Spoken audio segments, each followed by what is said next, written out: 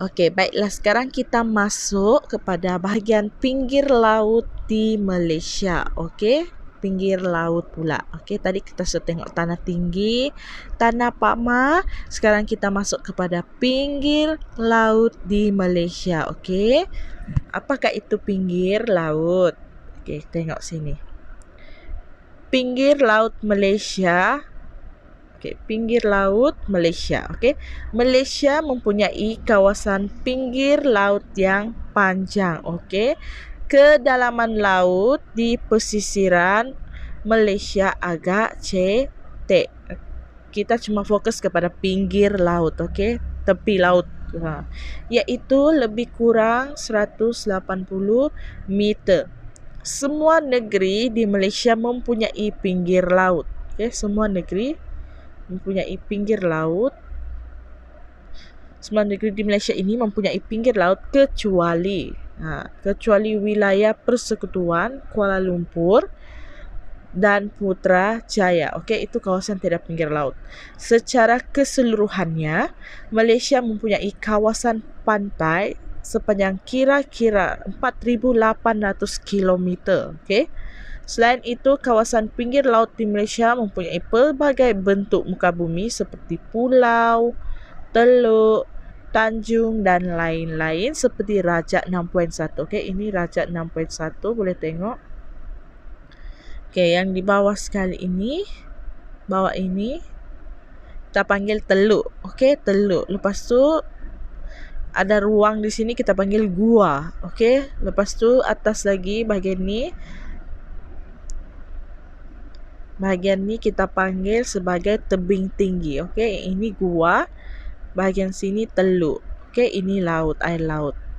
Itu berbagai bentuk bukan pinggir laut. Okey, kita cuma fokus pinggir laut. Kita tengok contoh-contoh kawasan pinggir laut di Malaysia. Okey, kita ada tebing tinggi di Pulau Denawan, Sabak. Okey, tebing tinggi terbentuk akibat hakisan ombak semasa air pasang. Okey, tebing tinggi ni macam mana dia terbentuk? Mestilah disebabkan oleh hakisan ombak, terhakis sedikit demi sedikit. Okey, terbentuklah tebing tinggi. Terusnya gua. Okey, terusnya gua. Ni tadi kita tebing tinggi, ini kan tebing tinggi. Okey, itu tebing tinggi yang ini. Pertama. Sekarang kita masuk kepada gua. Ni gua. Gua merupakan kesan lekukan. Okey, kesan lekukan yang terbentuk akibat tindakan ombak terhadap tebing tinggi. Okey, lekukan maksudnya ada termasuk ke dalam dia. Jadilah dia gua. Okey, contohnya gua di Pulau Siamil, Sabah. Ni contoh dia. Gua di Pulau Siamil, Sabah. Okey.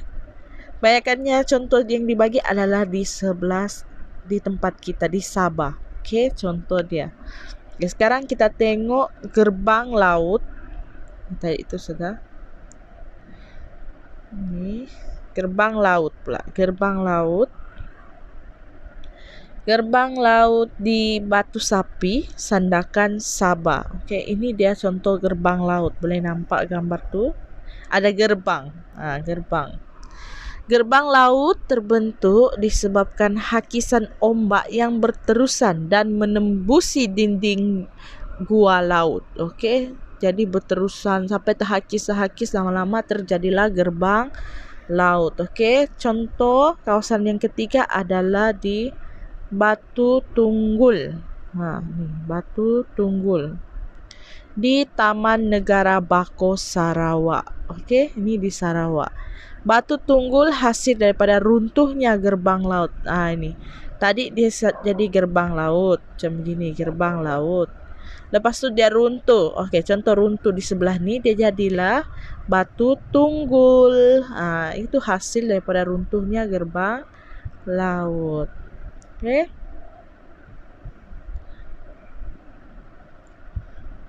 Okey, seterusnya kita tengok tanjung.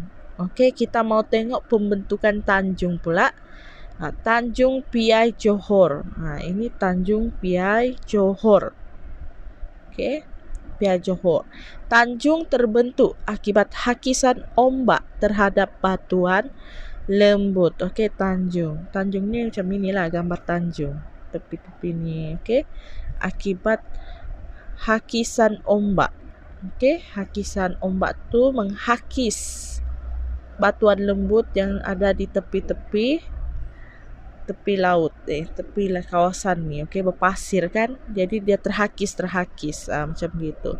Batuan yang keras kekal akan menganjur berbentuk tanjung. Jadi selepas sudah habis batuan lembut, jadi yang kekal itu, batuan keras itu akan membentuk tanjung. Contoh tanjung di Malaysia adalah seperti di Tanjung Datu, Tanjung Datu Sarawak, Tanjung Bungah Pulau Pinang serta Tanjung Piai Johor. Okey, ada 3 contoh tanjung. Okey, sekarang kita tengok teluk. Okey. Contoh di sini kita ada Teluk Cempedak, Pahang. Okey. Bagaimana teluk ini terbentuk? Teluk terbentuk akibat hakisan. Okey, kalau kamu tengok dari tadi semuanya adalah disebabkan hakisan ombak, okey, terhadap batuan lembut di pinggir pantai. Okay, sebagai contoh teluk di Malaysia adalah seperti Teluk Batik, Perak, Teluk Kemang, Negeri Sembilan, Teluk Davel, Sabah, Teluk Cempedak, Pahang. Okey, itu adalah untuk teluk. Okey, tengok sini info geografi Pulau Sipadan. Kamu tahu kan Pulau Sipadan di mana? Pulau Sipadan ialah satu-satunya pulau laut Oceanic Island di Malaysia. Pulau laut ialah pulau yang terbentuk disebabkan oleh letusan gunung berapi di dasar laut. Jadi kalau meletus gunung berapi di dasar laut akan membentuk sebuah pulau. Okey, kita tengok gambar sebelah ni. Sebelah ni ada pulau. Okey, ini pulau. Nampak sini pulau. Dia berada di tengah-tengah. Dia bukannya di atas daratan, okey, dia di tengah lautan. Okey, khususnya kita tengok ada gerbang laut. Ini gerbang laut. Tengok. Ada batu tunggul hasil daripada runtuhnya gerbang laut kan. Kita ada tanjung. Okey, tanjung ini dia tanjung, boleh nampak. Serta ada batu sisa, okey. Pulau ialah daratan yang dikelilingi oleh, kita tengok sini ya. Apakah itu pulau? Ni daratan yang dikelilingi oleh laut. Maksudnya dia sebuah daratan, tapi dia berada di tengah laut. Bukanlah, tidak semestinya tengah laut, tapi dia dikelilingi oleh air laut tu.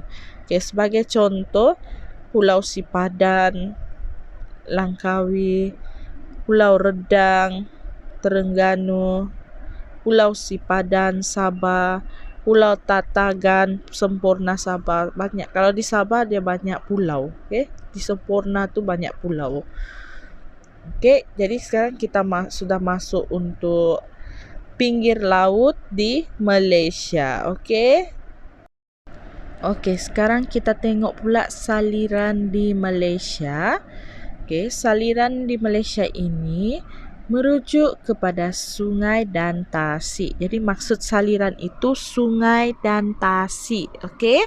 Pada umumnya sungai-sungai di Malaysia adalah pendek, beraliran deras dan berliku-liku. Okey. Pendek, beraliran deras dan berliku-liku. Selain itu, terdapat beberapa tasik semula jadi dan tasik buatan manusia. Okey. Sekarang kita tengok satu persatu saliran di Malaysia. Okay, yang pertama kita ada Sungai Muda, S1. S1 untuk Sungai Muda. Ya. Okay, Sungai Muda di manakah S1? Okay, S1 ada di Kedah. Okay, S1 Sungai Muda Kedah. Ini ya, Kedah. Okay. Itu Kedah, tanda right lah. Okay, ini Kedah. Okay, selepas itu kita ada S2 Sungai Perak. Okay, Sungai Perak. Sungai Perak. Kemudian kita ada S3 Sungai Kelantan. Sebelah sini Kelantan. Okey. S4 kita ada Sungai Bernam. Okey, mana S4? Okey, ini S4. Tengok yang biru itu sungai. Okey. S4 ni terletak di antara Perak dan Selangor. Okey, kemudian kita ada S5 Sungai Pahang. Ini kawasan Pahang memang. Kawasan Pahang. S6 kita ada Sungai Endau. Sungai Endau, Johor. Okey. Kemudian kita ada S7. Okey, S7 ni sebelah-sebelah Sabah. Okey, kita ni dulu kita tengok sini balik. Kita tengok sini balik. Okey, jadi kita ada Tasik Kenyir juga. Okey, Tasik Kenyir. Kita ada Tasik Chini, Pahang juga. Tasik Bera di Pahang juga. Okey. Jadi kita sudah tengok sungai dan juga tasik di bahagian Semenanjung. Sekarang kita tengok di Sabah. Okey, di Sabah kita ada Sungai Sugut. Sungai Sugut, S7, Sungai Padas dan juga Sungai Kinabatangan. Okey. S7 Sungai Sugut ni di bahagian Sandakan. Okey, ini atas ni Sungai Sugut. Seterusnya kita ada Sungai Padas. Sungai Padas ni area-area Tenom, Beaufort, okey, selatan Kota Kinabalu, di bahagian selatan. Dan kita ada S9 Sungai Kinabatangan. Okey, Sungai Kinabatangan ni. Seterusnya kita pergi kepada di Sarawak. Sarawak kita ada S10, S11 dan juga S12. S10 ini adalah Sungai Baram. Okey, Sungai Baram Sarawak. Kita masuk Sarawak sudah. S10 Sungai Baram. Kemudian kita ada S11 Sungai Rajang dan Sungai Batang Lupar. Okey. Sungai Batang Lupar ni terletak di antara Sebuyau dan dengan Kampung Teriso di Seri Aman Sarawak lah. Bahagian Sarawak. Okey. Jadi kita sudah tengok saliran di Malaysia ini ada Sungai Muda, Sungai Perak, Sungai Kelantan, Sungai Benam, Sungai Pahang, Sungai Endau, Sungai Sugut, Sungai Padas, Sungai Kinabatangan, Sungai Baram, Sungai Rajang serta Sungai Batang Lupar. Okey. Jadi habis sudah untuk 6.2. Okey, 6.2.